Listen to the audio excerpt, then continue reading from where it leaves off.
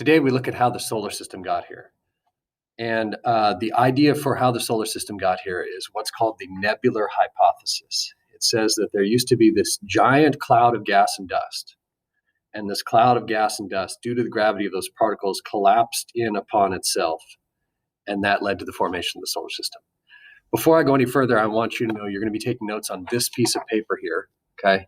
Your note sheet. At the bottom of the paper is where you're going to be taking notes.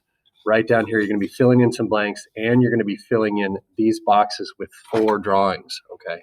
So please make sure that you're doing both as you go along. If you have to pause the video, great, do that as we move along here.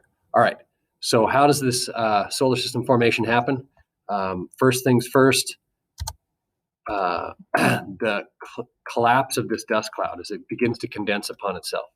It's going to flatten out because the dust particles don't collapse at the same rate, and so it causes it to flatten out and form this disk shape that spins. It's one of the reasons why we know that this is probably how our solar system formed, because most of the stuff today is within that disk, and it's spinning all in the same direction. That's pretty good evidence. The next thing that happens is the sun is going to form at the center. That's where the highest concentration of matter is, at the center. So the sun turns on, it starts doing fusion, and it triggers a bunch of other things that lead to the rest of our solar system. It collects the heavier elements around it with that gravitational force, and they're going to form the rocky inner planets like the Earth. And then the lighter elements are around the outer parts. This is the hydrogen and helium. That's what H and He stand for. And they form the outer gas planets. This, ladies and gentlemen, is how our solar system formed, the nebula hypothesis. Make sure you pause it, do those 4 drawings, you label all that information on there. You're also going to have a worksheet to do.